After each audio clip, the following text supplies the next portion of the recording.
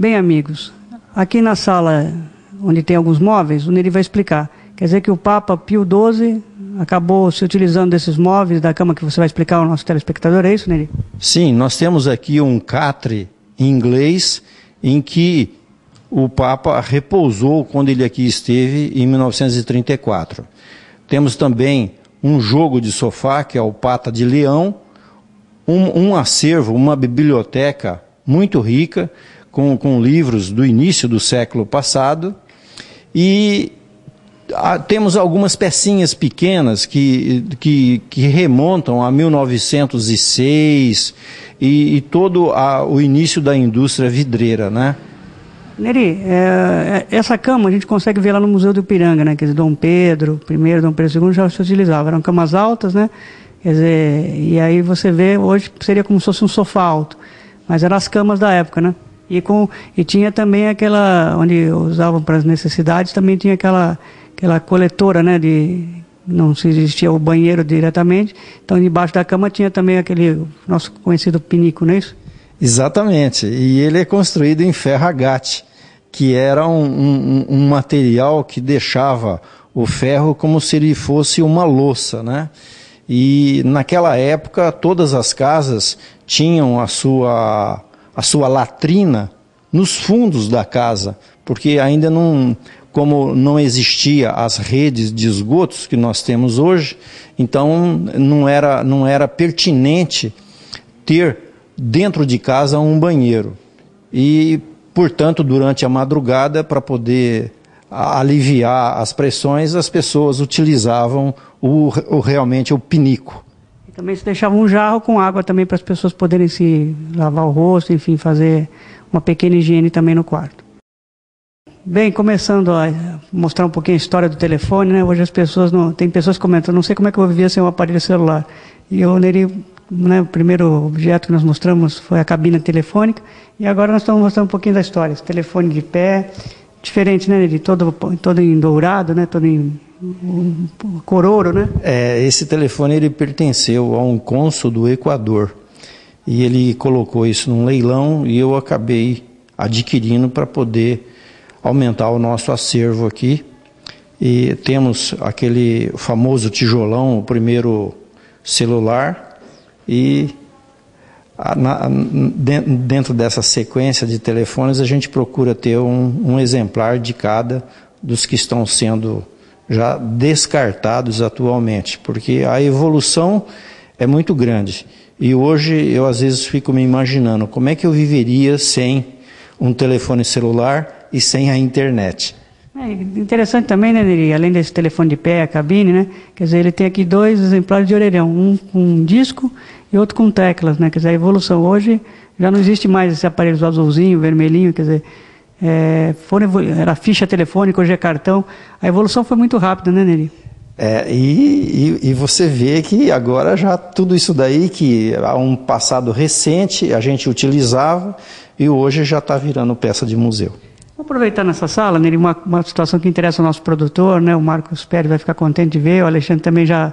Foi a primeira coisa que ele viu na sala quando ele chegou aqui, porque é da praia dele, né? Do trabalho profissional dele. A filmadora, aquela filmadora de mão, quer dizer, usavam ainda aquelas fitas grandes, quer dizer, a filmadora... Quer dizer, máquina fotográfica Polaroid, né? Projetores, né? Coisas que não se usam mais, mas que bem há 8, 9 anos atrás eles estavam em uso, né, Neri? Exatamente. Agora, o que me chama mais atenção aqui nesse acervo são aquelas filmadoras do Super 8. Porque eu não sei se você está lembrado, mas por volta de 1960, né, a gente fazia das tripas o coração para conseguir um filminho para poder passar nesses projetores, né?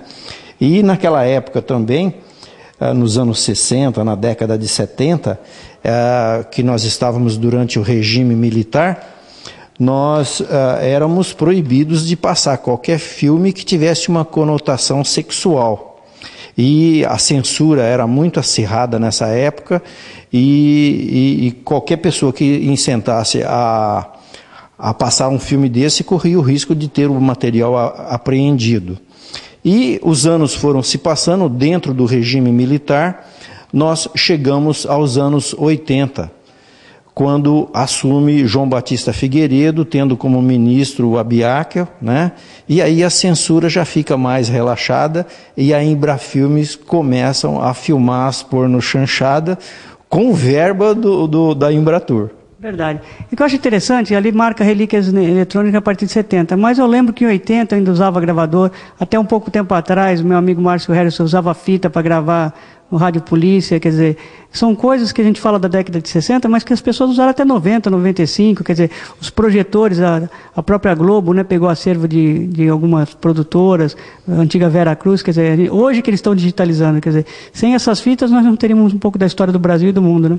Realmente, você vê que, costumam dizer que o brasileiro tem memória curta, né? E nós aqui estamos fazendo exatamente o contrário, estamos fazendo essa coleção de eletrônica do século passado para que isso não se perca. Eu estou muito preocupado com isso e, portanto, mais uma vez, eu peço, se você tiver algum exemplar aí, não jogue no lixo não, traga para cá que nós vamos preservar, nós vamos guardar. Inclusive ele até costuma pôr um cartão nominando a pessoa que fez a doação, como foi lá na máquina de macarrão, e é interessante, você vê, os telefones digitais, eles continuam, né, de teclas, só vão diminuindo em tamanho, cada vez menores, acho que isso é importante.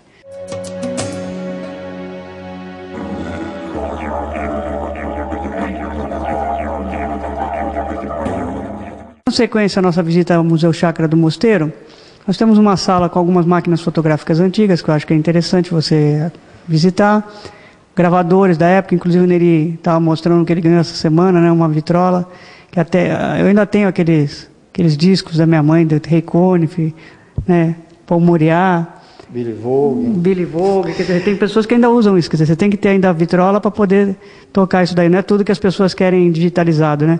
As pessoas falam que o som daquele tempo de vitrola era mais gostoso.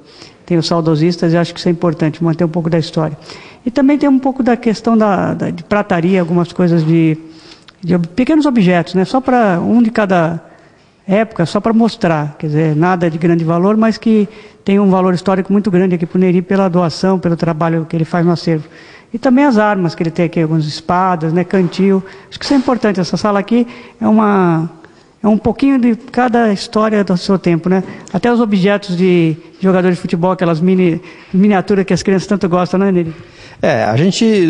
Tudo que é coisa que realmente nós encontramos aqui e peças que a gente recebe de doação, por ser pequenininha, então elas estão aqui dentro desses armários, todas elas devidamente fechadas, e a gente fez questão de expor, porque as pessoas não têm ideia de como é que, por exemplo, foi inventada a lâmpada, a sequência das máquinas fotográficas, as canetas que eram molhadas no tinteiro, o mata-borrão, e pezinhos de balança, até bijuterias da época, uma coleção de selos também.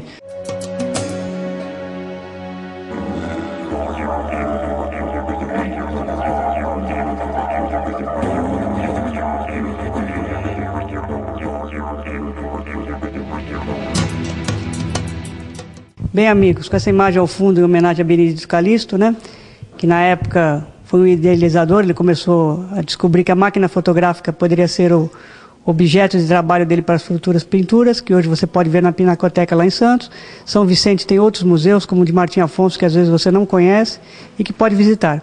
Programa Direito e Cidadania Especial, diretamente do Museu Chácara do Mosteiro. Vai ficando por aqui. Mas você já sabe, você tem mais Direito e Cidadania na internet. Programa que é feito assim, com carinho para você e sem juridiquês. Até o próximo programa.